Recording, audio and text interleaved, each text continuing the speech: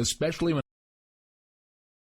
in these uncertain economic times, you've got to do whatever you can to save money. One of our biggest expenses can be our cars, especially when unexpected repair bills hit. Not anymore. If you own a vehicle with less than 130,000 miles, is less than 12 years old, has a warranty about to expire, or even no warranty at all, you could stop paying for car repairs. Roadside assistance, towing, and rental coverage are all included. Don't wait for the next repair. Make one free call right now to see if you qualify. If your vehicle is less than 12 years old, has less than 130,000 miles, even if it's out of warranty, paying for car repairs can become a thing of the past. Call us right now and get your car protected before your next repair bill hits. Get protection and no more repair bills. Call 800-696-1030. Again, 800-696-1030. That's 800-696-1030. 800-696-1030. You are listening to KLRN Radio, where liberty and reason still reign. All writers are prone to becoming so attached to our characters and stories that we struggle to see why a passage may not be working. It takes another set of eyes to help us nurture our writing into full maturity. At Black Wolf Editorial Services, we strive to enable writers to develop and grow, shaping stories into masterpieces that can stand the test of time. Editing services are provided for all genres and all age categories. Services range from critiques of the short story through to the line edits of the full-length novel and copy editing for those preparing for publication. We also offer assistance on generating a writer's bio for your websites, as well as help with those book blurbs and promotional material. We won't abandon you to the masses. We want to celebrate with you in your successes. Black Wolf Editorial Services, nurturing your writing into maturity. For a full list of services and prices, visit us at blackwolfeditorial.com. Individuals and businesses with tax problems, listen carefully. Do you feel like you're losing control over your finances? If you owe over $10,000 in back taxes or have unfiled tax returns, we can help you take back control. The IRS is the largest and most aggressive collection agency in the world, and they can seize your bank account, garnish your paycheck, close your business, and file criminal charges. Take control of your tax problems now by calling the experts at Tax Mediation Services and take advantage of the Fresh Start program and new laws that may allow us to negotiate a settlement for the lowest amount possible. Our team of tax attorneys and enrolled agents can stop collections and get you protected so you can take control of your financial future. Tax Mediation Services is accredited by the Better Business Bureau. Call now for a free case review and a price protection guaranteed quote. Call Tax Mediation Services now at 800-610-9050. That's 800-610-9050. 800-610-9050. KLRN Radio has advertising rates available. We have rates to fit almost any budget. Contact us at advertising@klrnradio.com.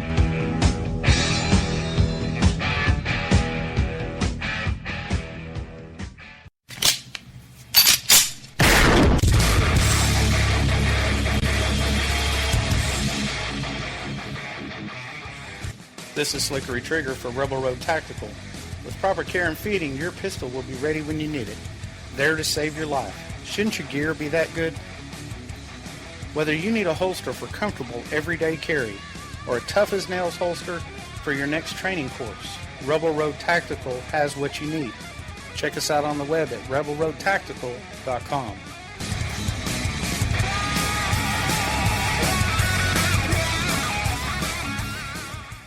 Tired of paying outrageous prices for Viagra? Well, we have great news for you. Now you can finally get Viagra at huge discounts. Healthy Man allows you to save up to $500 on Viagra. Why pay U.S. pharmacy prices of $15 per pill or more when you can get Viagra for less than $3 a pill? Call today and get 40 Viagra pills for only $99. This can cost as much as $600 at your local pharmacy. You can't afford not to call us. If you want Viagra at the lowest prices, never pay $15 $3 a pill pharmacy prices again. Get Viagra for less than $3 a pill. Call 1-800-516-7602 today and save up to $500 and get 40 pills for just $99. Healthy Man is fast, easy, and affordable. Operators are waiting at 1-800-516-7602 to take your call right now. Call 1-800-516-7602. That's 1-800-516-7602. Again, 1-800-516-7602. Is debt beating you down? You need discipline. You need the Debt Ninja. If you've been caught in a financial trap and need to be set free, then you need the Debt Ninja. Want to stop those harassing collection calls? Start saving thousands in interest and fees and get out of debt fast? Then you need to call the Debt Ninja. The Debt Ninja will find the best companies across the country that will help you consolidate all your bills into one easy payment, reduce your payments by 30 to 50%, and get you out of debt fast. If you have unsecured debt of $10,000 or more, such as credit cards, loans, or medical bills, call the Debt Ninja for a free 15-minute consultation. Call 800-826-1246. 800-826-1246. That's 800-826-1246. Call today. The Debt Ninja.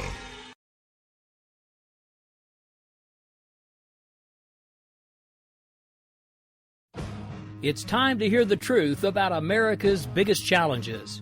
You're listening to America Off the Rails with your host, Rick Robinson. Listen, folks, I'm here to tell you our political system is broken. The two-party system is dead. They have become one and the same. Keep on doing what you do, Rick. You're my favorite host. Favorite host. This is always the killer, the one that just destroys that never Trump argument. Hillary Clinton will fill the Supreme Court with liberals. She'll also appoint federal judges with a liberal bent to them. I don't feel no ways tired. I come too far from where I started from. Don't let anybody tell you that it's corporations and businesses that create jobs.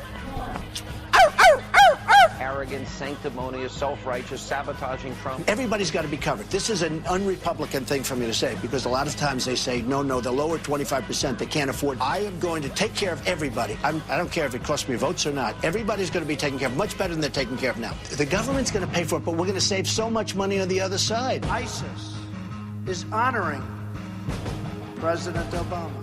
He is the founder of ISIS. He's the founder of ISIS. Written by a nice reporter. Now the poor guy, you got to see this guy. Oh, I don't know what I said. I don't remember. He's going like, I don't remember.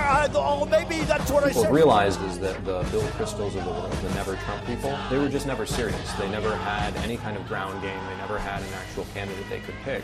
And in a surprising and disturbing move today, the Libertarian vice presidential candidate just agreed that rifles are weapons of mass destruction and people on the terror watch list should not be allowed to purchase guns. So in other words, the party of freedom is liberty for me but not for thee. Go figure. Compromise where you can. Where you can't, don't. Even if everyone is telling you that something wrong is something right. Even if the whole world is telling you to move, it is your duty to plant yourself like a tree. Well, hello everyone. Welcome to America Off the Rails. I'm your host, Rick Robinson. If you're listening on Spreaker, you're getting a bit of a sneak preview if you're not. Happy Tuesday. Now, I have been diagnosed with an illness, strep throat, that is making it really difficult for me to talk. So I have a couple of guests that are going to be doing the majority of the talking tonight. Some of you right now are cheering. Knock it off. It's not that funny. But anyway, so I have, you may recognize the folks that are with me today. We have Bill O'Keefe, a.k.a. Defend Wall Street, and also Dan Wright, fellow co-host with me from Robinson and Wright every Friday night, or you may know him on Twitter as 911_fan, I think. I always get his Twitter handle wrong. I don't know why everybody else's underscores always confuse me. Mine's easy. Everybody else's, I'm like, where's that damn underscore go again? But anyway, so I hope everybody's having a really great Tuesday. For those of you listening early, don't be confused. This will be airing tomorrow. And I'm going to go ahead and start turning things over to those gentlemen because my throat is already starting to hurt. So how are you guys doing? I'm doing good. little tired. 3 hours of sleep after the round table last night. Yeah, I kind of felt your pain there, too. Speaking of the round table, you know, like I was saying before we started to air, one of the people that I follow on Twitter was posting some really funny pictures of Tim Kaine, and it finally dawned on me where I've seen him from before, and he looks just like Jackie Mason in the Police Academy, Captain Mauser. You know,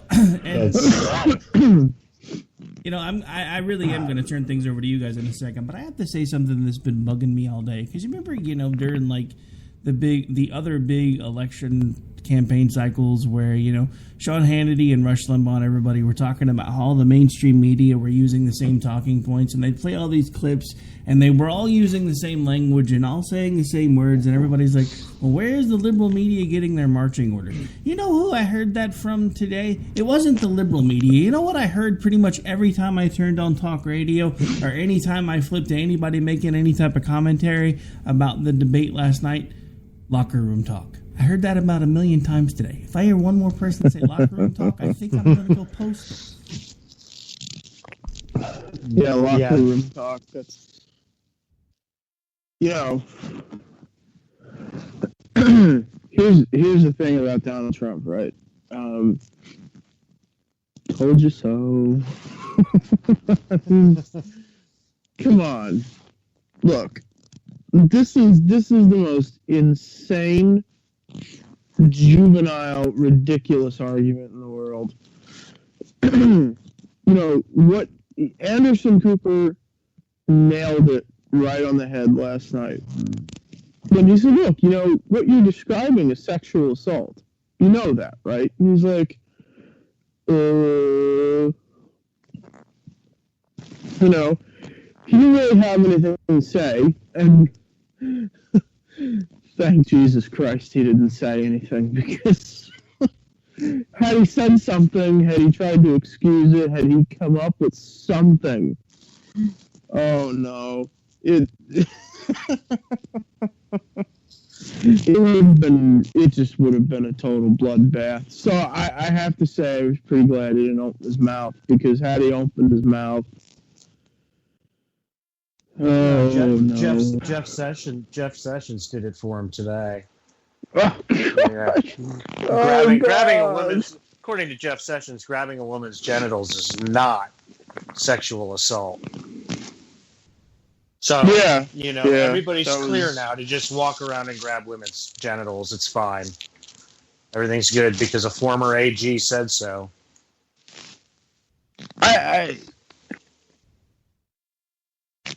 I don't know what the hell Jeff Sessions. I think I was the one that showed you that story, as a matter of fact. And I think the way that I prefaced that was, dude, Jeff Sessions lost his goddamn mind. Yeah, absolutely. What is wrong with these people? What is wrong with them? Look, these are excuses. These are just excuses that you would not tolerate from liberals about Bill Clinton, and they're just excuses from liberals that you wouldn't accept. Exactly, and listening to people like Scotty Ann Hughes. Oh God! Sit there the other day. Sit there and go nuts on Ana Navarro for saying the P word, right? But then today, basically totally defending it and defending what Trump and everybody else are saying. It's like, wait, you're defending the speech that you were offended by the other day because your daughter would hear it. But the speech and what Trump said is okay because he's Trump. If somebody on the left had said it, she'd be going nuts. And they're pulling off the same hypocrisy that the left has been doing for years and that we've been complaining about. It's totally ridiculous. These people, it boggles my mind watching this. I feel like I'm in like a bubble floating above watching two liberal parties argue with each other. Is how I feel. I don't understand. I don't understand why we have to tolerate this crap. I don't understand. You know, I'm just so tired of this entire election. I'm just fed up with it. And I think after this election is concluded, I think when Trump is gone, and believe me, Trump is going to be gone. Because, you know, he has about a 12% chance of winning now, and that's with a 4% margin of error. Yeah, it's bad. I know he's well. He's done. Look, he's done. He's Bob Dole. He's done. Yeah, he's Bob Dole. He's done. Him and Pence are done. And it's look, the people who gave us this maniac, the people. You know, I don't understand. I don't understand this good company man bullcrap.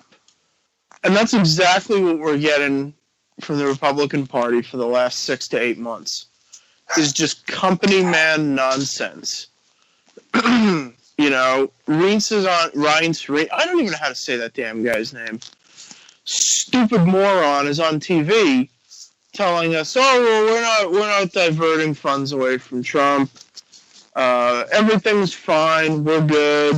We're still backing him." I don't understand this at all, period. You know, look, the guy's got to, at some point, he has to grow some balls. At some point, some of them have to grow some balls. Because this is a party which for the last 30 or 40 years is, you know, sort of built itself up as the morally superior one. Now it's running a guy who, you know, look, I mean, they hate Bill Clinton, but they went out and they got their own Bill Clinton this time. You know, now we got a guy who is the worst aspects of President Obama and President Clinton. Absolute worst aspects of both of them. And we have it in one person now. And we have to defend this guy, and that's the real issue going on here. If he becomes president, he's not going to, but assuming he does, the party has to own this guy. And I don't see that happening. I don't know how it happens. You know? Well, no, that's exactly right. And I mean, and I get it now. I mean, when I talk to liberals, I mean, you know, they say your boy Trump. Well, he's not my boy, and I mean, you know, we're all gonna get anybody that's not a liberal is they're gonna try to pigeonhole us with Trump. It's exactly what they're gonna try to do, and we got to figure out. A lot of people need to figure out how to distance themselves from this, which is what I've been trying to do for a year. We should not have to be in this position, though. We shouldn't have to be in a position where we have to defend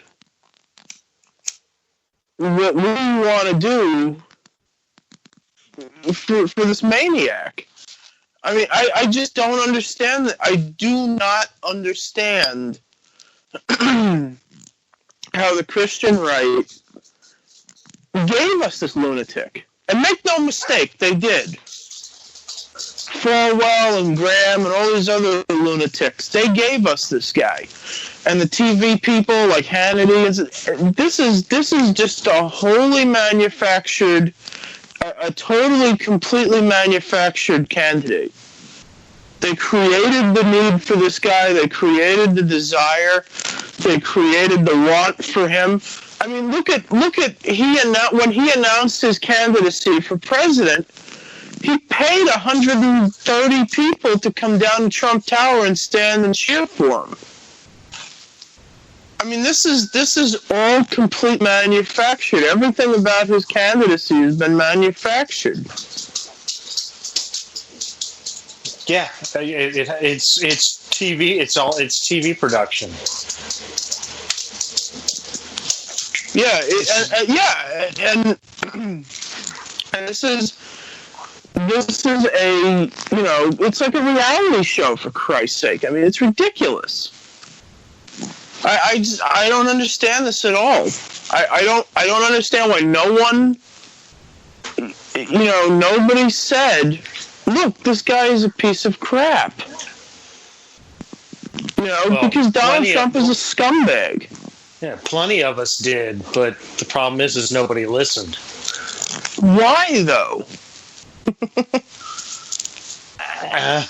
Anger? I don't know. I mean, there's an awful lot. I watched an awful lot of little news specials and stuff like that of just them interviewing people, and not 20-somethings. Interviewing 40 and 50-year-old people. Yeah, I never voted before, but this was the time because we've got Trump. Really? You've never voted before, and you're upset at where we are right now, so you're going to vote for Trump? That's why we're where we are.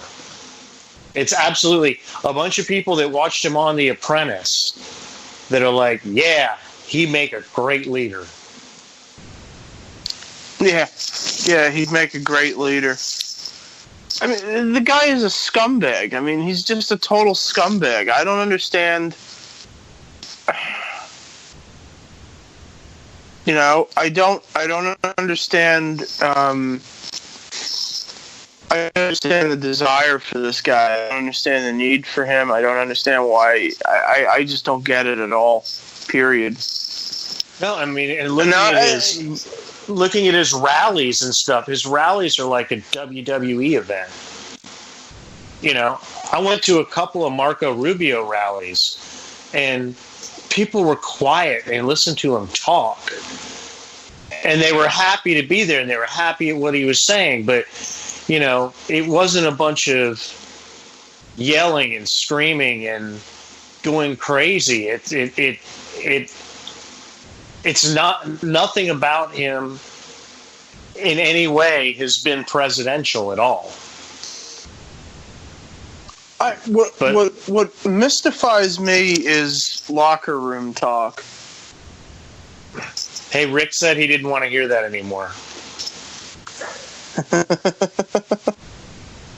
No, really, what's with the locker? Seriously, what the hell is with that? And, I would think that women would be more upset about this issue than men are. And the thing that I find most often is that the women are the ones making the damn excuses for him. Well, but what I hear is his female voters are the ones that... This is how all men are. No, it's not. How many men do you know then? I mean, I would never say anything like that. I mean, I don't know. Guess I'm a prude. I don't know. But, I mean, I'm not going to sit here and say that I've never heard offensive stuff around guys. But two things. I've never heard anything quite like that. And I've never had anybody that I know say it with an open mic. I mean, you're on an Access Hollywood bus. Do you think there's not an open mic? Well, maybe he doesn't know, but still, I mean, that's not the point. What gets me is Scotty Hughes, Kellyanne Conway. Kellyanne Conway, in this entire thing, Kellyanne Conway, I think, is the one that disappoints me the most. I think. truly, truly, truly disappoints me, because her business model is messaging to women voters, polling, messaging to women voters. That's all she does. And for whatever reason, she decided to take this moron's invitation to be his campaign manager. And, you know, I don't understand. I don't understand what her goal is for her future now, because I don't know too many women who, I don't know anybody that would want to hear what Kellyanne Conway has to say now about messaging to women anymore. I mean, no, and your point with not understanding her taking this route, you know, and then you kind of move down from there. Like you mentioned, Scotty Hughes, you know, I can see her. Who, by the way, is a moron. Is a total moron. And then you keep moving down the list. You've got Ann Coulter. You've got AJ Delgado. Man, Coulter is an idiot. Yeah. So, and AJ Delgado, who's probably a bigger idiot. Yeah, I mean, he's really surrounded himself with some geniuses, and it's not just the women that he surrounds himself with either. By the way, they're all abject failures. You know, the men that he surrounds himself with are not too bright either. Oh yeah, there's attorney, a couple. Michael Cohen. Yeah. Jesus Christ Almighty. That guy's got to be. I mean, that guy's got to be one of the dimmest people I've ever seen on TV. I mean, how they put him on TV is beyond me. You know, that lady, what was it, Erin Burnett or something? She said, you got, or Brooke Baldwin. She says, yeah, you guys are down in all the polls. And he's like, says who? The polls, all of them. Except for the LA Times weird poll that they like to use all the time. Oh, yeah, I know. Well, he probably pays for that.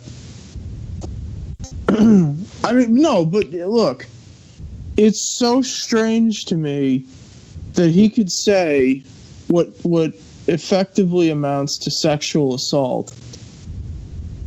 And he has all these women sitting around him going, yeah, this is no big deal. It's just dirty talk. Guys do that. Yeah, no, they don't. Hey, for a good time, call Scotty Hughes. She's apparently used to this kind of dirty talk. Yeah. Really odd. Really strange and weird. Well, and that exchange today between her and Anna Navarro. I mean, oh yeah, she came at Anna and said, well, what were you doing 11 years ago? What were you doing? And Anna Navarro's like, I'm not running for president of the United States. And she was like, Scotty Hughes was along the lines of, well, why? What's there that you don't want people to know? And Anna was like, I just don't want people to know all my personal business. That's why I'm not running for office. I mean, that's what I was doing 11 years ago. I was being me, and I don't want everybody to know about what I was doing 11 years ago. But I'm not running for president of the United States. Yeah. That argument is stupid.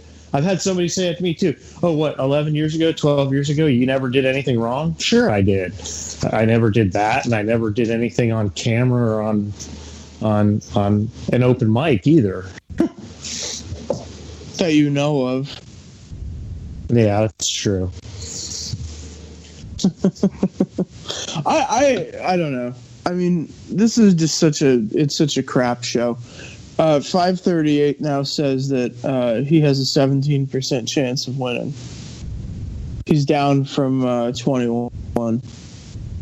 Yeah, well, actually, then he bumped about 0.6 with the new, because he was at like 16.4 this morning. So he finally got his bump. He got his post-debate bump, 0.6%. Okay, so he's at a campaign rally today, and he's talking about Governor Pence, and Governor Pence chastising him in public, saying, I don't support, I don't defend what Governor Pence, what Donald did, and so Trump then says, yeah, well, I really liked Governor Pence's, the way he apologized or whatever. He criticized me. He actually came to me before,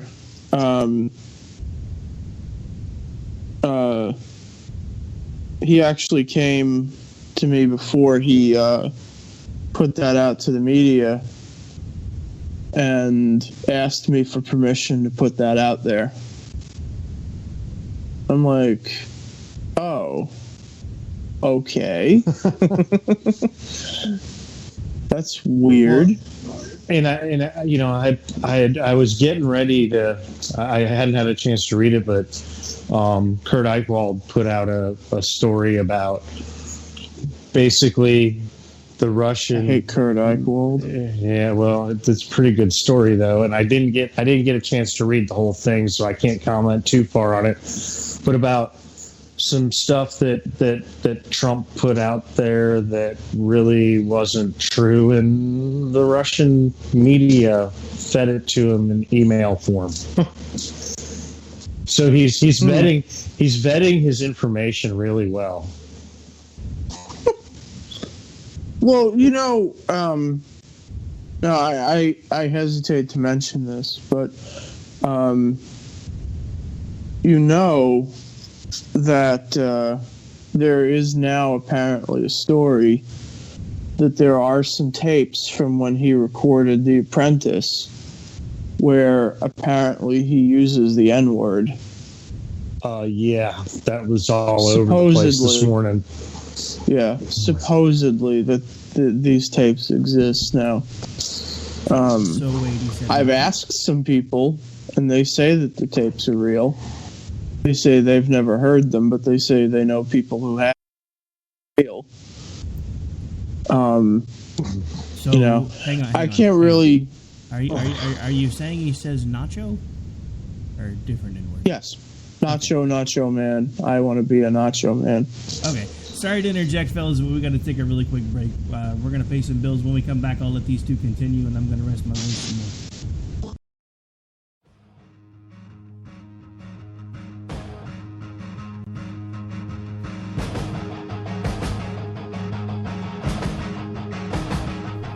Stay tuned. Things are going to get real interesting. You're listening to the Spark Radio Network.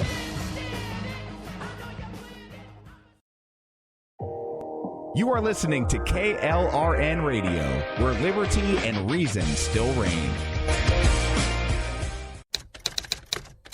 All writers are prone to becoming so attached to our characters and stories that we struggle to see why a passage may not be working. It takes another set of eyes to help us nurture our writing to full maturity. At Black Wolf Editorial Services, we strive to enable writers to develop and grow, shaping stories into masterpieces that can stand the test of time. Editing services are provided for all genres and all age categories.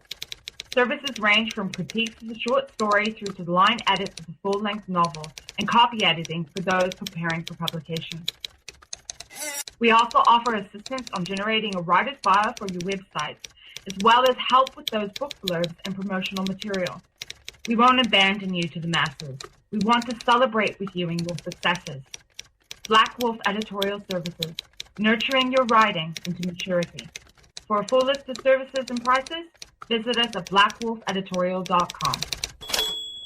Individuals and businesses with tax problems, listen carefully. Do you feel like you're losing control over your finances? If you owe over $10,000 in back taxes or have unfiled tax returns, we can help you take back control. The IRS is the largest and most aggressive collection agency in the world, and they can seize your bank account, garnish your paycheck, close your business, and file criminal charges. Take control of your tax problems now by calling the experts at Tax Mediation Services and take advantage of the Fresh Start program and new laws that may allow us to negotiate a settlement for the lowest amount possible. Our team of tax attorneys and enrolled agents can stop collections and get you protected so you can take control of your financial future. Tax Mediation Services is accredited by the Better Business Bureau. Call now for a free case review and a price protection guaranteed quote. Call Tax Mediation Services now at 800-610-9050. That's 800-610-9050. 800-610-9050. KLRN Radio has advertising rates available. We have rates to fit almost any budget. Contact us at advertising@klrnradio.com.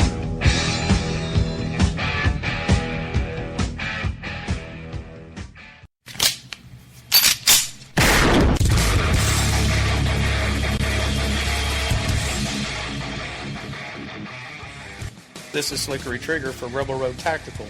With proper care and feeding, your pistol will be ready when you need it. There to save your life. Shouldn't your gear be that good? Whether you need a holster for comfortable everyday carry or a tough-as-nails holster for your next training course, Rebel Road Tactical has what you need. Check us out on the web at rebelroadtactical.com.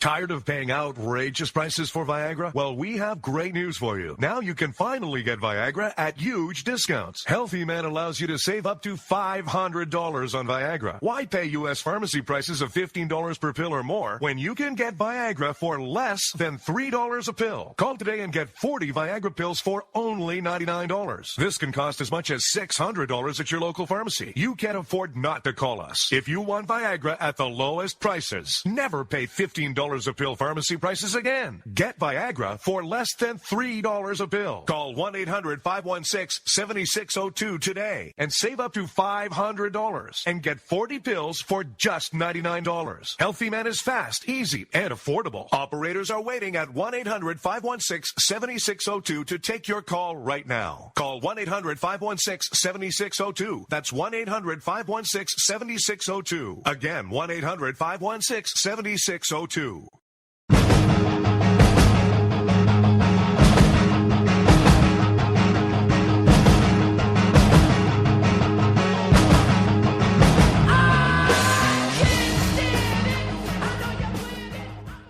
All right, folks, welcome back to this special edition of America Off the Rails. I, of course, am Rick Robinson, the host around here, but I'm not necessarily hosting tonight. Again, I have been diagnosed with strep throat. My throat's killing me. So I have my usual cohorts that have been hanging around with me a lot lately taking the front for the show tonight. So I'm going to turn things back over to Mr. Dan Wright and Mr. Bill O'Keefe, and you guys take it away.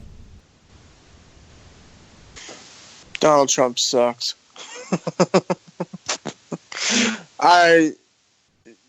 I don't understand why, if that was the arrangement, that, you know, that Trump. First off, if you're Mike Pence, if you're Mike Pence and you're running for president with Donald Trump, because that would be better for Mike Pence. If you're running for president of the United States and the dude you're running with says something incredibly ridiculous, incredibly sick, and just really tasteless. I mean, why would you go to him and say, is it okay if I criticize you for this? You know, just, I don't know. Why not just put it out there?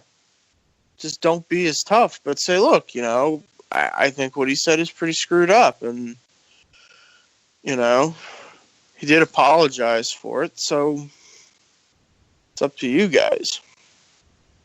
I just don't understand why it was necessary for him to broadcast that to Trump and ask him for his permission, because that kind of makes me wonder what the role. Like what role he would actually play in a President Trump's America? What role would Mike Pence play? You know, I mean, does he need Trump's permission to do everything? Does he need his permission to go to the bathroom? Does he need his permission to watch TV? have sex with his wife. I mean, where does it end? So that's all I was wondering about that. I think that's a little weird. Yeah, I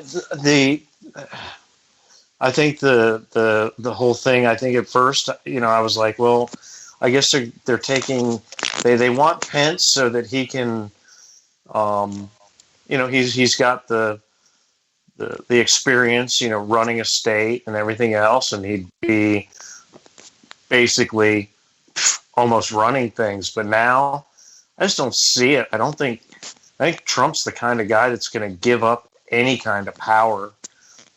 Might take some advisement from him, but I think Pence I think he's just there to be a yes man, like everybody else. I mean, everybody else involved is a yes man. And it's, I think Pence thrown his career away. I don't think you'll see him anymore. Well, I mean, but that's what it is, right? Like, most of these people are disposable careers anyway, because Pence was, I think, if you look at the polling and you look at, his opinion, his favorability in Indiana, I think Governor Pence was, I think Governor Pence was on his way out. I don't think he was going to be reelected anyway, so I think this was just a convenient way for him to say, YOLO, and then just kind of drop without getting beaten. Yeah. I mean, I think Kellyanne Conway's in her 50s. Kellyanne Conway's approaching 50. How much longer is she going to work? 10, 12 years, maybe. Yeah, I mean, if that, I mean, a lot of these people she has money anyway. It's not like she needs to work. Yeah, and Bannon, God only knows Bannon. This will just elevate him among his neo-Nazi scumbag fans. Well, he'll be involved in running Trump TV. Huh. I mean, I really, honestly, I think a lot of this for Trump was, it's just all vanity. I mean, he didn't want it from the beginning, but once he got stuck in the position of realizing, holy crap, I'm gonna be the nominee. He started taking it seriously, but do we want a guy? I'm not sure he ever took it seriously. Yeah, I mean, that's the whole. He doesn't, with the way he acts, the things he does, and the way he comes across. I don't understand how anybody takes him seriously. I don't. I don't get it. I mean, maybe we're the weird ones that don't understand it. No, because I don't he think seems to. are. Yeah, I know. I don't think that's the case at all. I can't. That's my problem when I watch this, especially, I mean, I understand the people that are voting for him because, I'm a Republican, I'm going to vote for the nominee. Okay, cool, man. Vote for the nominee. But these people that are just, even now, they're like, he can do no wrong. I don't understand the mindset. I've never been like that with anybody. I mean, I was a really big Ronald Reagan fan, but I didn't love everything he did. There were things, every president that I've liked, there's been things they've done that I disagree with. Everything he does, they find a way to say, "Oh yeah, that's great. It's a great idea." They find a way to contort their worldview to match what he says. Exactly, and that's the beginning of a cult. That's really the beginnings of a cult. And I have have kind of a thing that I really enjoy putting out on Twitter periodically, and that's what I call the stages of Trumperism. And Yes, it's I've been reading those. and it's sort of based in reality on a book called Thought Reform and the Psychology of Totalism in China. And there's a psychologist that wrote the book. His name is Robert J. Lifton. And he outlines 7 criteria for a thought reform cult to take root in someone's mind. And that's sort of what I am kind of talking about when I talk about the stages of Trumperism. And not everybody exhibits all of the stages of it, but they do generally pass through one at a time, one into the other. And the stages that I've noticed is people will begin to sort of defend him. And they'll do it in a way wherein they will generally start the conversation by saying, I don't like Donald Trump, but, and then they'll go into this glowing adoration of him, and then they'll back off, and they'll go, and, just so you know, I really don't like him. But I just spent 5 minutes filleting him verbally. And then the other stage is what I call binary thinking. It's not what I call it. It's a thing. Binary thinking is when everything is shades of black and white. There's no Evan McMullen in the middle.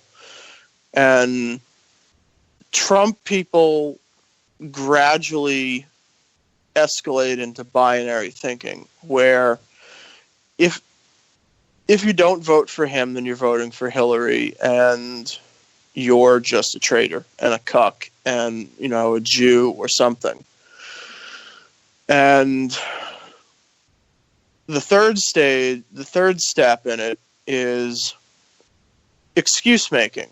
And excuse making is different than adoration. And excuse making is they will find, like you were just saying, they will find things that he says, and they will take them and they will contort their worldview, their personal view, and their principles and whatever, and they will contort everything that they are in order to match what he just said. And this is a daily process because he says a lot of crazy stuff. And this is something that happens on a daily basis. He will say something. He literally, Bill Mitchell is my favorite. Bill Mitchell is my favorite parody account on Twitter. I swear to you, it has to be. He blocked me because in October of last year, Bill Mitchell said that that Obama's plan to provide mandatory maternity leave to people was philosophically unacceptable, and it would just be too damn expensive, and who's going to pay for it? And then 8 months later, Trump says he's going to do the same thing, and Bill Mitchell is like, wow, this is great. It's going to make life so much less expensive for, employers. Right. He said it was brilliant. Yeah. He actually said it was brilliant. Yeah. So, when people, I notice that I personally believe that a lot of aspects of Donald Trump fandom sort of meet the criteria to be considered, sort of cult thinking. Because, look, if you like Donald Trump, why would you hide it from somebody? Why would you hide it? And I mean, I go through this every day on Twitter and people I talk to in real life. They do this all the time. The first stage of becoming a Trumpkin is always defending him covertly.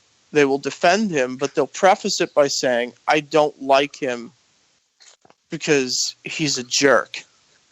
But they'll go into a 5-minute spiel about how he's this great, towering figure that just looms over Hillary at debates, and he's this really strong leader, and he's an intelligent man, and blah, blah. I mean, it just never ends.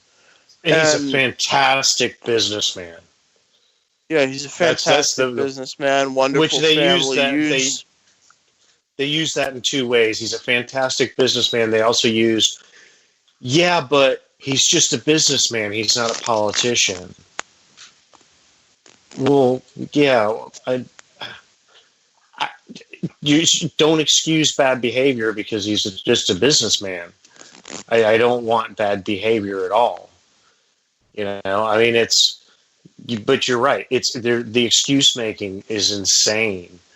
I mean, I've had and there's not a set number of these steps, and there's not a set order in which they occur. But everyone who eventually becomes a Trump fan, they all meet these things. And it's us versus them, excuse making, binary thinking, apologetics, and distortion of worldview. I mean, these are the 6 criteria, I would say, that everybody who becomes a Trump fan now meets. And it's frightening. And yes, there are people that just believe in him because, whatever. They're just going to vote for him because he's the scumbag that happens to be a Republican. Because he's not Hillary. But there are those people that cross that line into what I call Trumperism, and those are the people that just have a blind adoration towards him, and it's really kind of frightening. Well, and it started almost immediately, really early on, all through the primaries. The whole, Rubio and Purina and. I understood a little bit with Jeb, but, they're not conservative. He's the conservative, and Rubio's in the Gang of 8 and always bringing up the Gang of 8 and everything else. Well, then it comes down to he's the nominee, and he comes out with his immigration plan, and it's essentially the Gang of 8.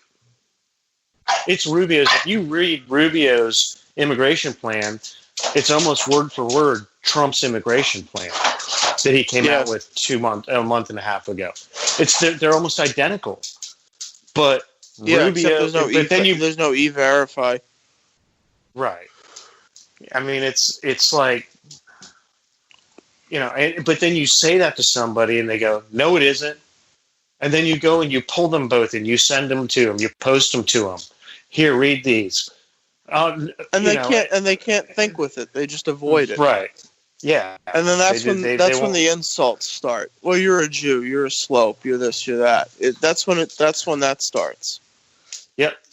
Yeah. Or just I had a guy the other day. He said something to me. I don't remember exactly what he said, and I basically said, "Oh, well, what are you going to do?" He goes, "Well, just remember, we have more guns than you." Really? Actually, you don't. Yeah. Actually, I need to buy a second gun safe if I buy another gun, to be honest with you. But that's still, I mean, it's like... Same here. If that's your argument, if that's your intellectual argument to me, then I'm just going to laugh at you. And from there, everything goes downhill, and then I'm blocked. It's like, okay, well, that was great. I feel like I'm arguing with a right-wing Unite Blue guy from 2012. Yeah. And,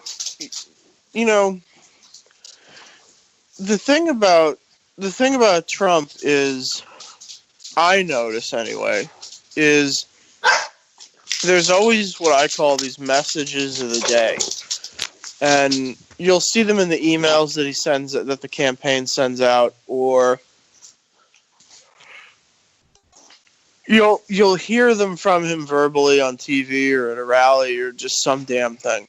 But last night I noticed something very interesting, and I think I took some screenshots of it in TweetDeck. If you actually put last night after the debate, if you actually put in Trump and the word lion and searched it on Twitter, I can't even tell you how many results you would have found last night. Yeah, we heard it last night too. No, I know, and it's a thing that and see, I thought that was I thought it was very striking that people chose to use that word, because that's, by the way, that's not accidental. I have to tell you that's not accidental. Osama bin Laden was described as a lion. Dzhokhar Tsarnaev was described as a lion. It's not a coincidence. I'm not saying that there's a terrorism connection. I'm saying that there is a militant strongman connection to it, and it's something that's used predominantly in warlord kind of people. And if you just went and looked it up last night, it was so odd, because it just, I don't know where to, I couldn't figure out where it originated, because I was really drunk and kind of hung over last night. But I wish I had done that, because it was so strange, because it came out of nowhere, and it was everywhere. I must have found 400 or 500 tweets, like maybe in the first 40 minutes after the debate last night, referring to him as a lion. He's a lion ready to pounce on Hillary. He's a lion on the prowl. All this like weird animal metaphorical speaking. He's a lion circling her and stalking her. Yeah. I mean, a lot of that weird imagery, and it's not any one person. It's not any one group of. Well, it is. It's his fans, but it doesn't seem to have. I don't know where that came from, because I saw it several times on Twitter last night, and I just thought that was so odd, because it just seemed like they were all saying the same thing. And that's something that you'll see kind of frequently with Trump people. And I see this, I used to observe this a lot with Obama bots. Not as much now, but from 2009-ish to about 2013, it was pretty common to see this type of behavior with Obama people as well, where the White House would say something, or progressives today or OFA would say something, and then it would just sort of filter down to everybody else, and they would just all kind of repeat the talking point. And that's where we're kind of at with Trump people now, although I think it's easier because they have a very cult-like, way of thinking and operating and being, herded by him. But if you do have an opportunity before this election is over, do go on TweetDeck and look at some of the complimentary things his larger fans say about him. Bill Mitchell, Delgado, Hughes, all those people. Look at the things that they say after rallies or after some kind of a big event with him, and you'll see it. It filters down, and they all use the same complimentary language. And in some cases, they just outright copy each other. It's really odd. It's a lot of plagiarism, too. I guess they can't all fillet them with their own words. They have to use somebody else's. Yeah, that, or like in the case of Mitchell, make really, really, really almost homoerotic memes and put them out there. where Trump sort of is like Alex Jones and his movies. Trump is like Thor, he's got long hair that's blowing in the God wind. Emperor Trump. Yeah, it's like, oh my Lord. I went at him so hard over those, and he just, I don't know, he probably has me muted. He's never blocked me. He's responded to me 2 or 3 times in the last 8 months. Really? Yeah. I've never gotten him to respond to me. He's I'm a moron. So, Oh, well. I have called into his show before. Yeah, I should do that. I have done that. And I've never been able to get through to him, though. Metaphorically or realistically. Kind of like Hannity. Yeah, Hannity, I think, is going to go away. He has a contract with Fox News, which I believe expires in November. And I'm not sure about the precise date of the contract expiration, but I would assume that since it's in November, I would assume it's probably close to the election year or to the election day. So yeah, I don't think that contract. I mean, he may want to leave. I don't know, but I don't see Fox renewing it. He's gotten himself into some hot water at Fox a couple times the last couple months. He's been reprimanded. Hannity has a national TV show where he has the opportunity to reach millions and millions of Americans every night. And for however you feel about it, he has a large sounding board. He has a large megaphone. And rather than take that opportunity to do something not necessarily gracious, but to take that opportunity to educate people or to try maybe to turn them to his way of thinking, he's decided to just say, F that, I'm just going to call these people names. Yeah. Now, is there anybody listening to this or anybody who's talking right now who actually believes that he knows martial arts? Come on, really? I have 50-year-old women who could kick his, Yeah. Come on. Does anybody really believe that he knows martial arts? Come on. No, he went into the 10 gym. brown belts and come on. He went into the gym and did a couple fluff pieces with Chuck Liddell, and now he knows everything. He's insane.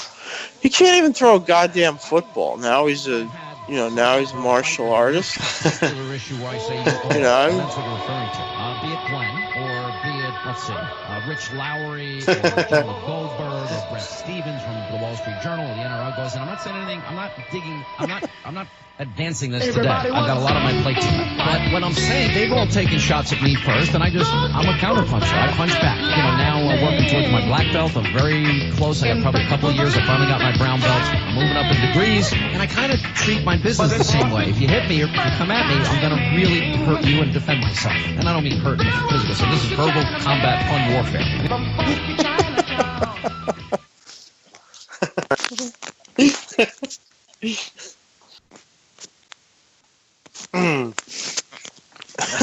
That's pretty good. But yeah, there's just to mention that book again, there's a really great book. It's called Thought Reform and the Psychology of Totalism in Modern China. And it's a book by a psychologist named Robert J. Lifton. And he talks pretty extensively. Basically the whole purpose of the book is he's a psychologist who lived in communist China for a number of years. And he talks about how the Chinese government did what the Russians did, and to some extent what the Koreans, the North Koreans did. And they sort of created this information bubble where they control pretty much everything that happens.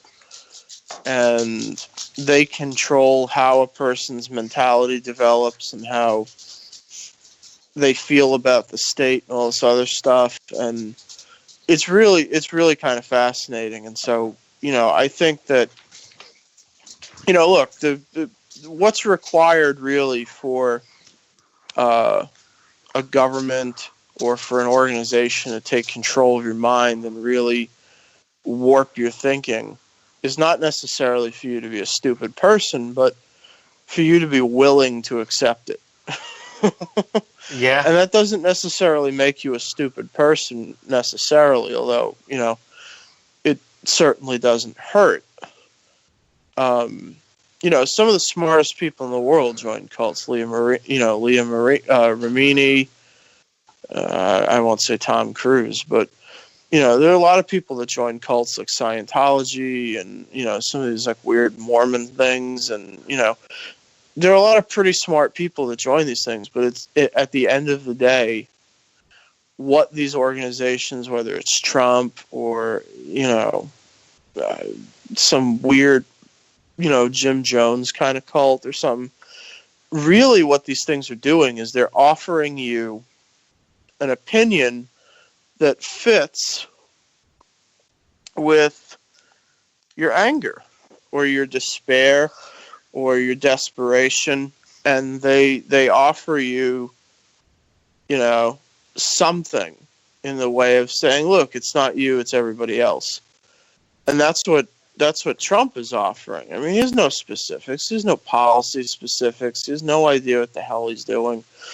I mean, for anybody to claim that he won that debate last night is just absolutely ludicrous. And I don't care what. I don't care how many panic attacks Frank Luntz has, and I don't care how many drugs he does. Donald Trump didn't win that debate last night. There was not one single policy-specific thing mentioned last night in that debate. Not a single thing. There was everything no that actually hit no on new information. Everything that hit on what could be considered even close to policy, it's always open-ended with him. There's never anything. I don't feel like there's definite with him. And even if something sounds definite, it ends up getting changed the next day.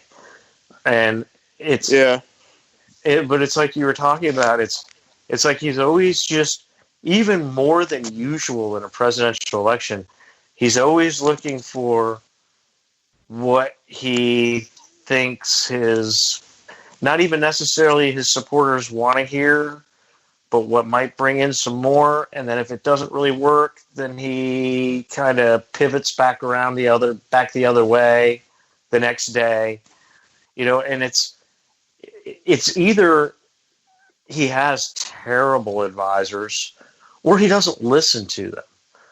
I haven't figured that out yet.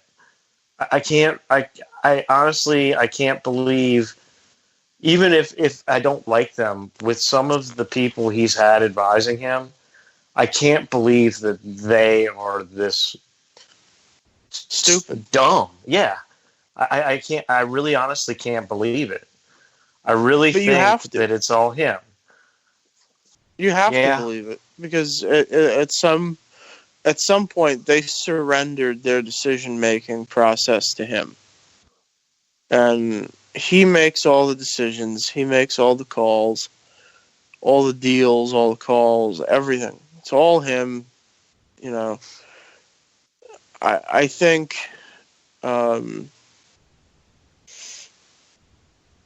want to talk about something that happened today, which was that, Paul Ryan said, look, this thing's pretty much every man for himself now. Do what you got to do to win your races. Don't let Trump tie you down. I can't apologize for him, and I can't defend what he said, and I refuse to. Do what works for you. Let's try to keep down ballot from being a bloodbath. Simple enough. Well, Trump's chair for his Virginia campaign apparently paid 40 yahoos to go over to the RNC headquarters and demonstrate outside of it, including women and kids. And they stood out there with signs and, whatever, being a bunch of jack-offs. And,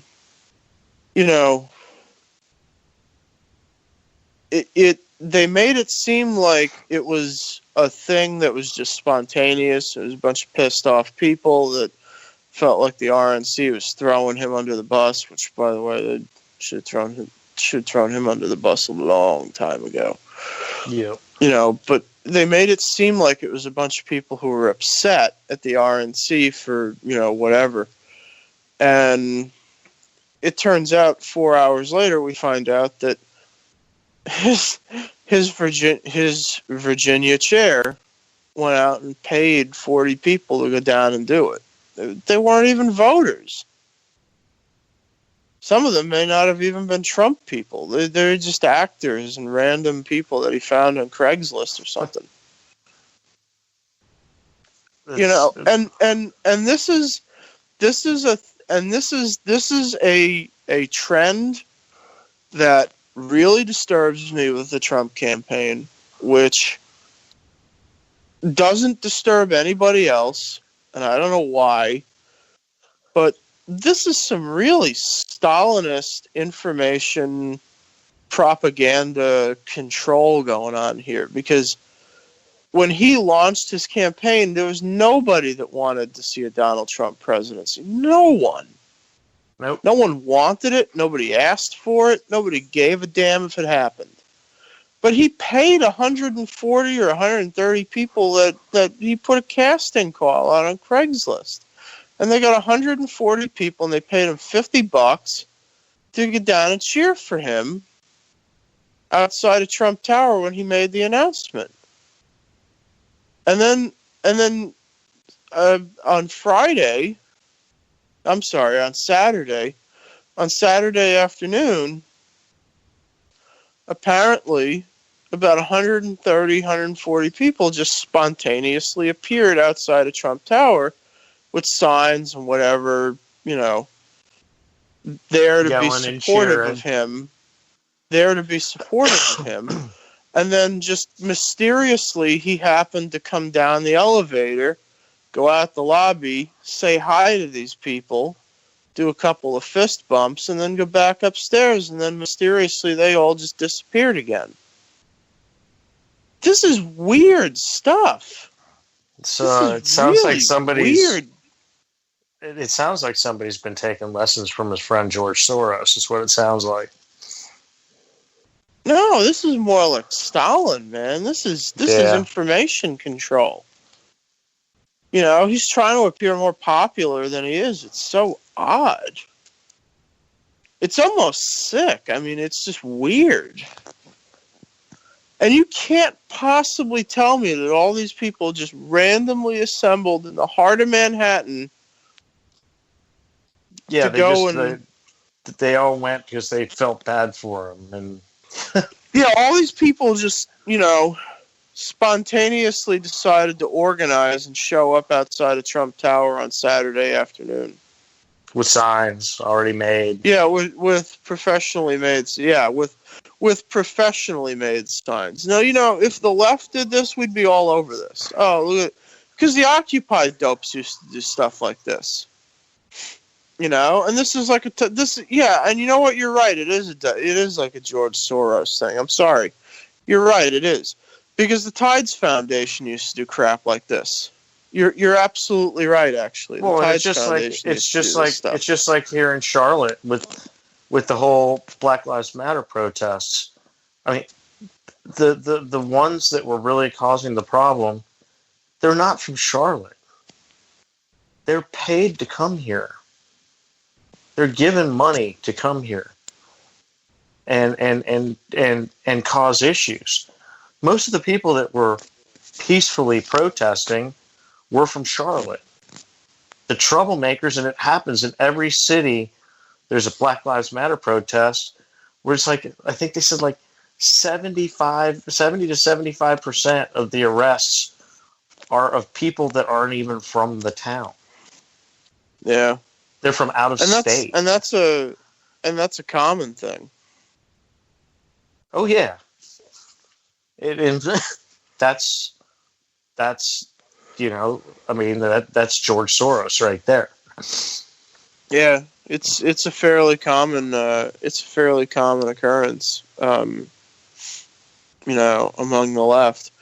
And now we have a candidate on the right which is doing the exact same thing, and nobody seems to care. It's like, whatever. It's just Trump being Trump. He's a businessman. He's trying to promote himself. No, okay. If I'm paying 100 sycophants with signs to come down and cheer for him the day after it's discovered he's a pervert. Okay. Because, what's really important is his ego at this critical time after it's discovered that, he likes to grope women. What's important is his ego at this critical juncture and how it makes him feel. Come on. This guy is a lunatic. I mean, we went from a guy who didn't know his father, who made up bizarre, stupid stories about his dad being, a famous diplomat and stuff, to having a guy who barely knew his dad, who, I'll tell you the truth. You know what Donald Trump's problem is? He's a lot like the Kennedys. His family is a lot like the Kennedys. His older brother was supposed to be the family heir. He was supposed to be the guy. His older brother Fred was supposed to be the one who was supposed to be the good-looking one, had the nice family. He was a pilot. He was famous. He was wealthy. He was good-looking. All this other crap. And his brother was supposed to be the one that was supposed to succeed the father and run the business and have the family and all that other crap. And, I'm not sure what aspirations they had for Donald, but the brother was an alcoholic and he died. The brother became an alcoholic and he died pretty young. And, to Trump's credit, he doesn't drink as a result of that. I often wonder maybe he should, but,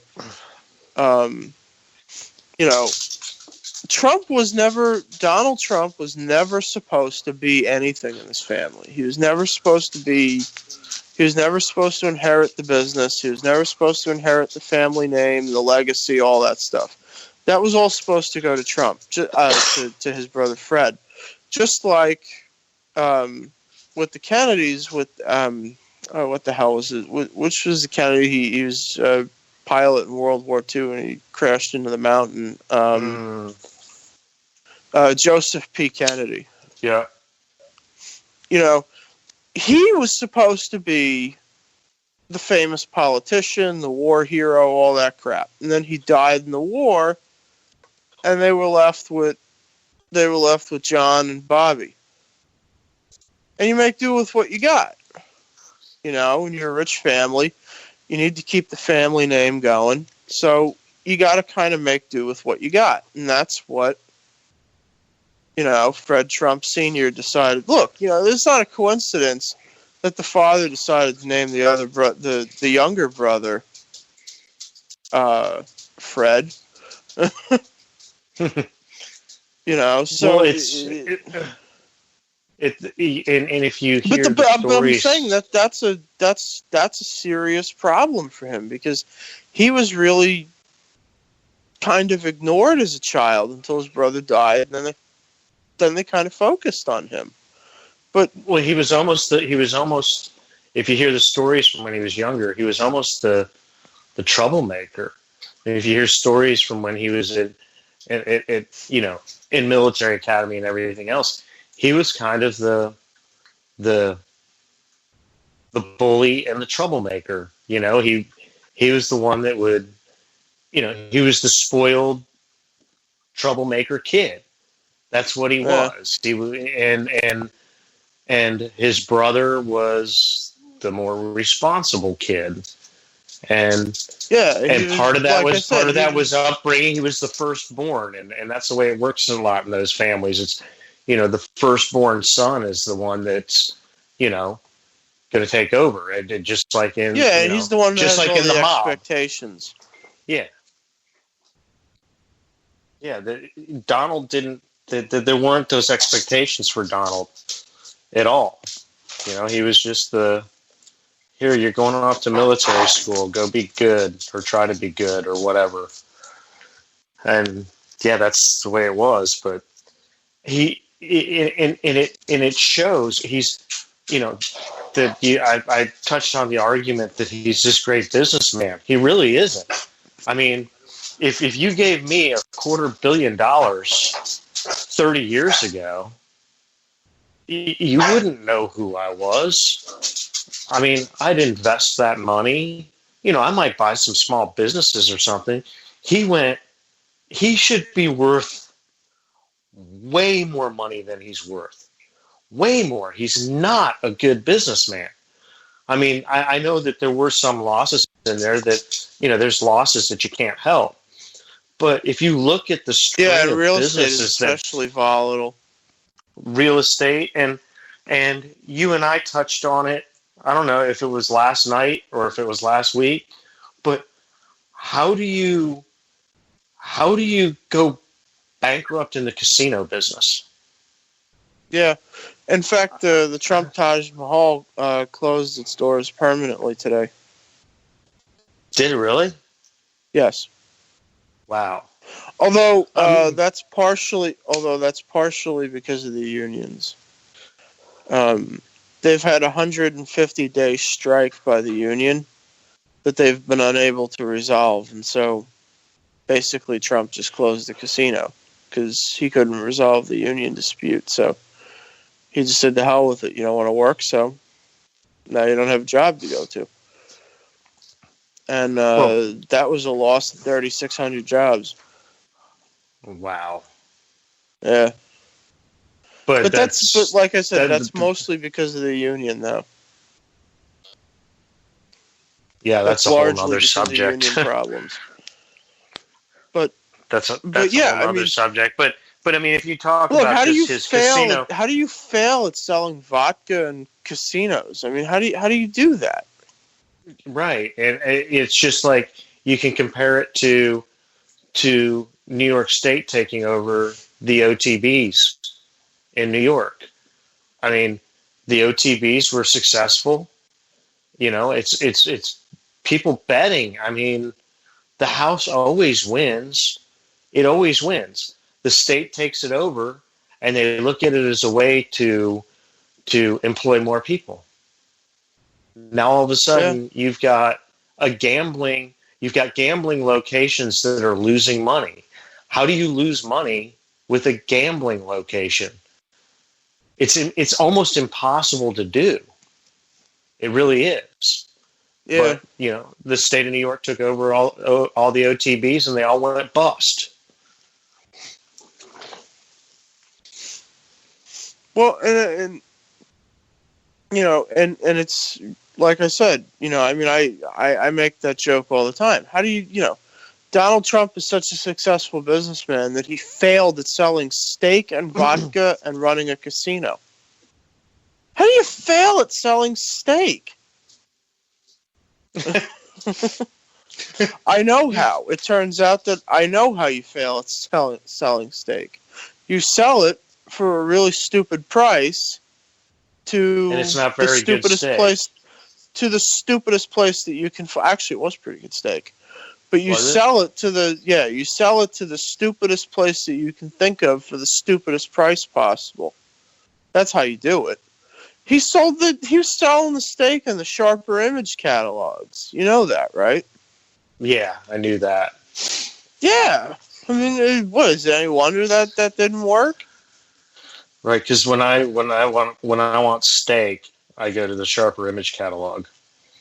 Yeah, I mean, I think his idea. I think maybe the thinking there was like Omaha Steaks, that he thought that maybe even he wasn't even involved in the damn decision, but, I think maybe the thinking there was, well, it'll be similar to Omaha Steak. But, Sharper Image sells stupid stuff like, glow-in-the-dark, bathroom scales. It's not a place where you buy steak. Certainly not a place where you buy steak for $500. Well, no, and Omaha Steaks, they're successful, but they self-market themselves. They don't put themselves, you see an ad for Omaha Steaks, it's an ad for Omaha Steaks. Yeah, it's not an ad for air purifiers. Right. Where you can also buy steak. Yeah. It's very stupid. Just. And I never once in my life saw Trump vodka. I didn't even know that it existed. I didn't either until I found out about it. I've been in. I never knew there was a Trump magazine either. No, me neither. I'd never heard of any of these businesses. The magazine, the vodka. Apparently he owns a winery too. Him and his son own a winery. I think him and Don Jr. own a winery or something. It's apparently not very good. Apparently not, because I've never seen it. I got some pretty good. There's some pretty good. They sell it at Williams-Sonoma. Oh, do they really? Yeah, they sell it at Williams-Sonoma. My aunt is actually a huge Trumpkin, and she shops at Williams-Sonoma, and that's how I know they sell the wine there. So I had said the same thing. I was like, "They have wine?" She's like, "Yeah, they sell it at Williams-Sonoma, and I think there's one other place, Stu Leonard's. I think they sell it there too." But yeah, I never heard any of this stuff, and I think it's so funny that, he was so. Rubio or Cruz or whoever it was, I think it might have been both of them. They cut him so badly on that, the Trump vodka and the steak during the debate that he actually went out and bought a bunch of steak and said it was a Trump steak. Yeah. Do you remember that press conference? Yeah. And he had Trump water too. Yeah. They wounded him so badly that he actually did that. I will never forget that as long as I live. He's a hurt little boy. I've never seen anything so stupid in my life. And nobody said anything about it. No, he's a hurt little boy. He loves to talk smack about somebody. If anybody says anything about him, he's a hurt little boy. And he's got to do something about it. This, what really kind of upset me about Cruz. Two things. All Cruz had to do was hold out for a couple more weeks. That's all he had to do, and he'd look like a hero right now. But after what he said about Cruz's father and Cruz's wife, I don't care if it's politics or whatever. If somebody talked about,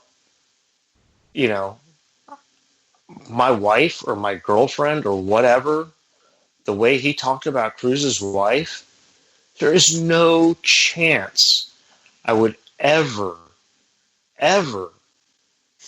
back somebody like that. There's just no chance. No chance in hell I would ever do it. It's insane. Absolutely insane. What he did to Cruz's wife was disgusting. I thought it was disgusting. It tells you that I couldn't be a politician because I probably would have knocked his teeth out. I probably would have. The Andrew Jackson response. Yeah. Yeah.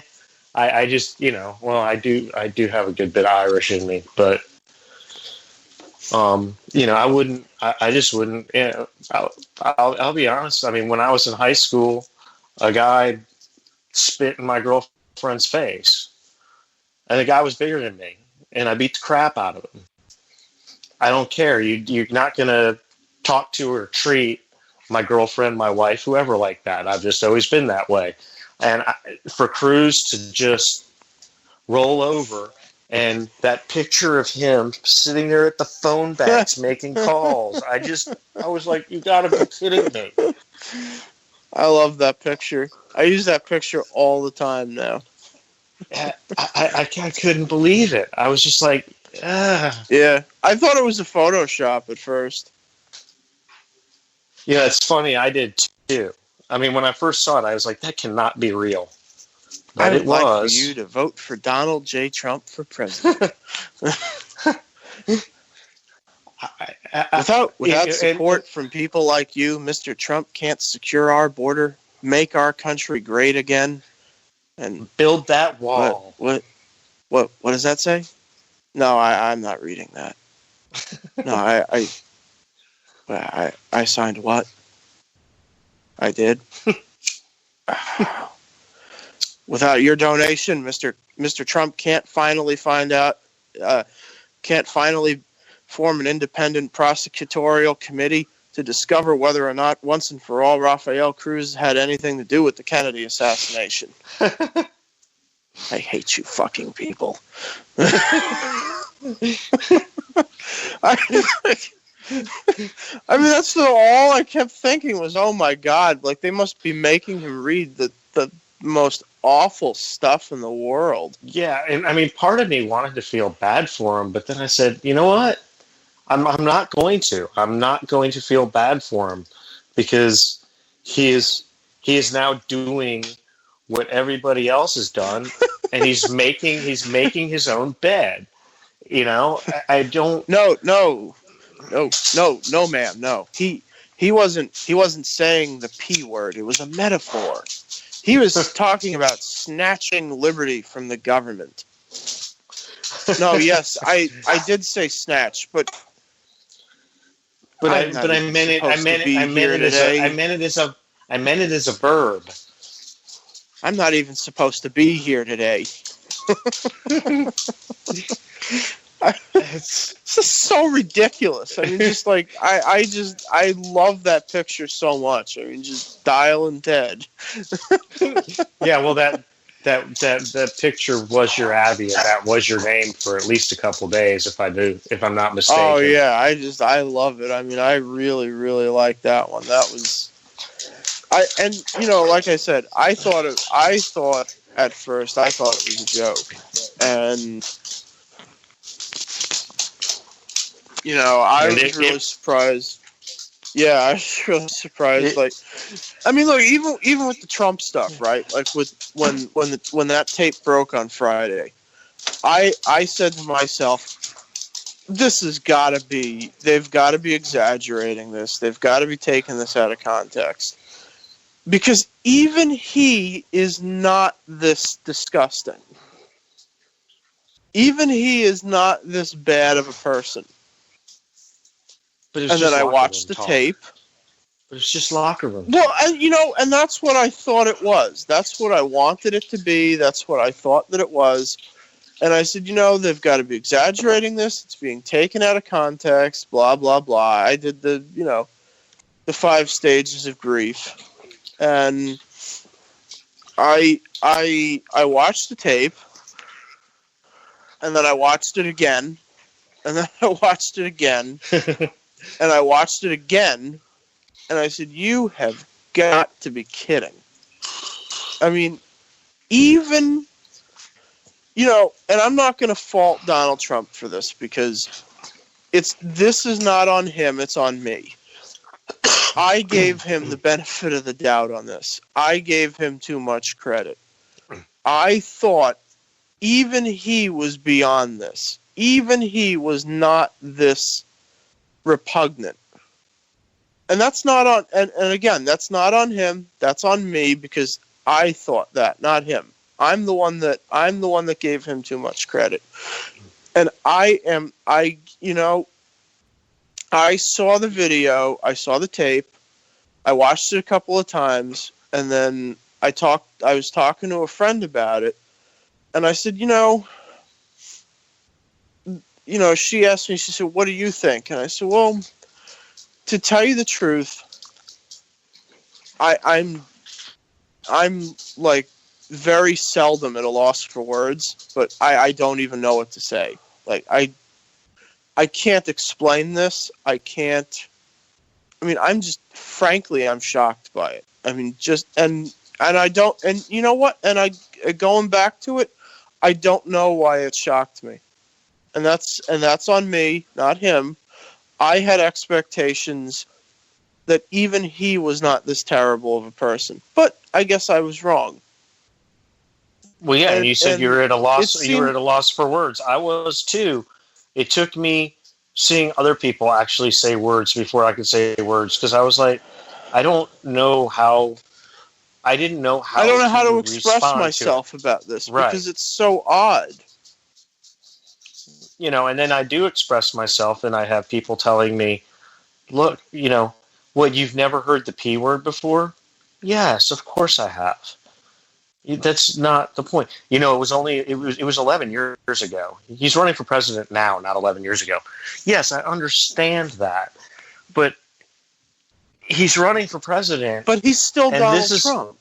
He's still he was. They act like he wasn't a public figure then. He was still a public figure. Look, here's the thing. Generally, with these types of things with him, I say, well, it's not really fair to judge him on some of this. Like that Iraq war thing, okay? Let me be real honest with you. I don't really care what Donald Trump thought about the Iraq war. No, I didn't give a damn then. I don't give a damn now. Because I don't... When there is a war going on and there's a terrorist attack, the first thing I do is not go on Twitter and say, what does Dana Carvey think about this today? I don't care what Dana Carvey thinks about this. He's an actor. Why would you care what Donald Trump said on the Howard? Because first off, this really used to get my goat a lot, because it's like, who the hell actually listens to Howard Stern for that kind of information to begin with? And second, he's a jerk with a TV show. I mean, who cares what he thought about the Iraq war 10 years ago? But this is a character thing. I'm going to grab the, women by the, what. That's a character problem. That's not, well, I'm a jerk with a TV show. What do you think? What do I think about the budget? This isn't something you can learn or something you can rise to the occasion of. This is just I don't even know.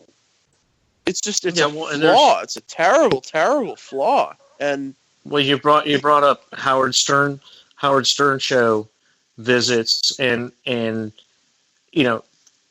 don't use the Iraq war thing. I mean, he said some stuff on Howard Stern even that wasn't as bad as this, but and I used to listen to Opie and Anthony, and for so did I. a few years back, he was on there quite a bit, and to me, he always just came across as a jerk, And he's just like sex crazed moron, Yeah, and that was always his shtick. I mean, you don't really live like in the New York area, so you probably don't even really know, but he used to go on these shows all the time. That was like his shtick. That was his way of getting free advertisement. Is he'd go on Stern and he'd go on Opie and Anthony and he'd go on Jim Norton's show. And yeah, I listened to Stern. I started listening to Stern right when I listened to him when he was in D.C. I was in high school.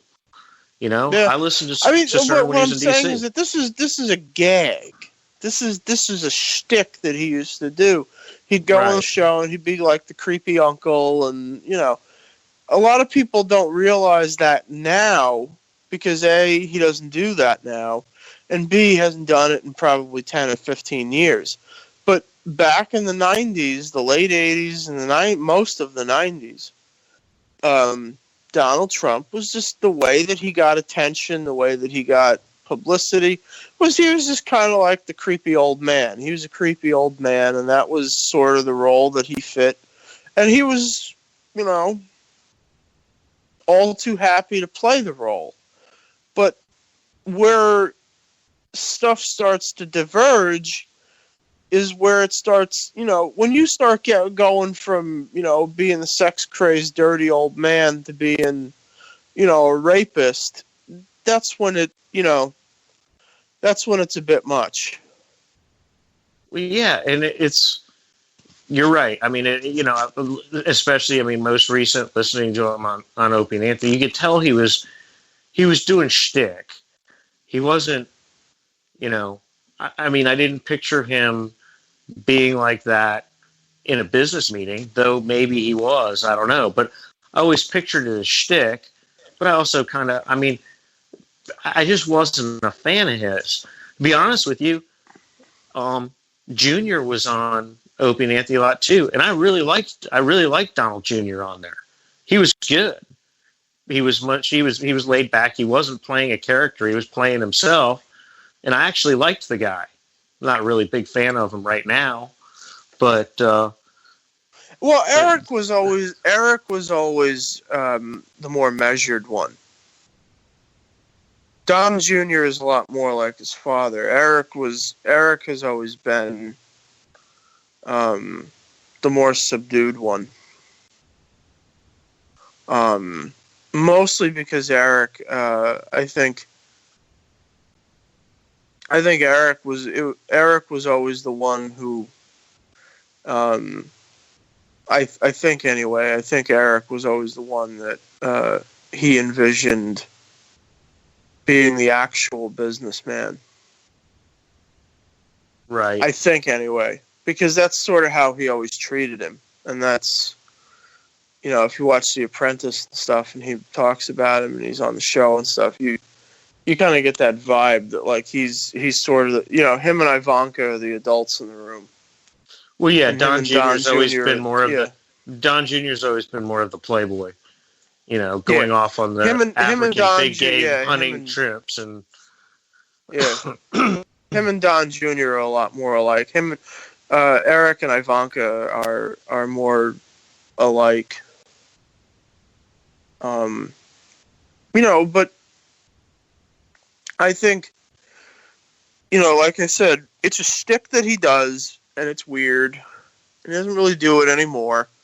But it's a thing that he used to do for a really long time. He'd go on these shows. I mean, even that thing with Rosie O'Donnell, I'm still not 100% convinced that wasn't all just a gag. Because she never really talked about it after it ended. She never really mentioned it again. And she doesn't seem to hold any grudges about it. So I always suspected that it was a way to get some publicity for the show, to get some publicity for his show, and you know, maybe they just generally didn't really care for each other anyway. But I think it was a way for them all to get a little bit of attention off of each other, and you know. Yeah, well, she's kind of a kook too, so. Yeah, well, and that's sort of my point. Yeah, she's a lunatic.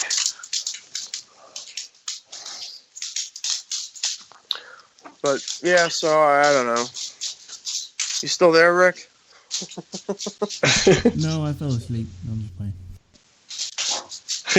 Okay. I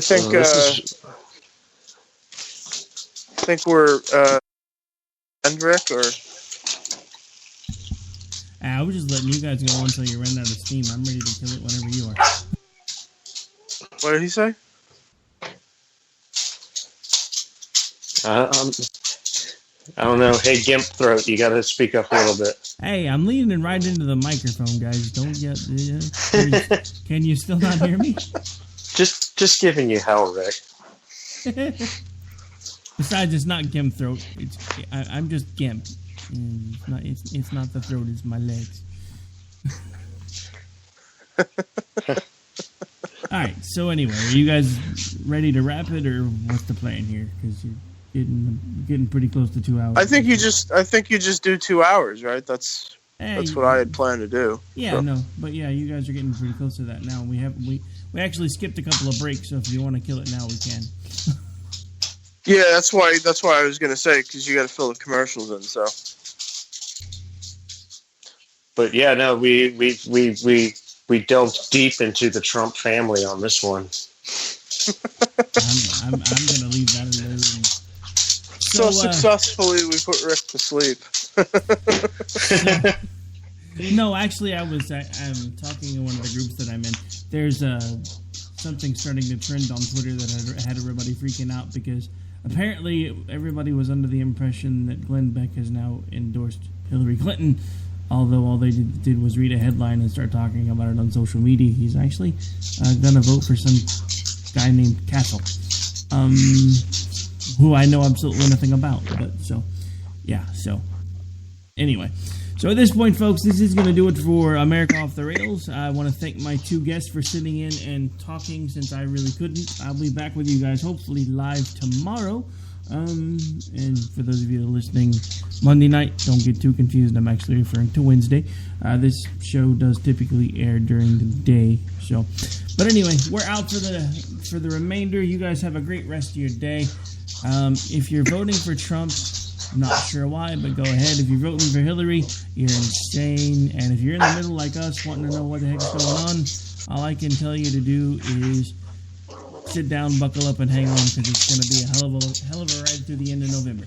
Have a great night, folks. Take care. God bless. We are out.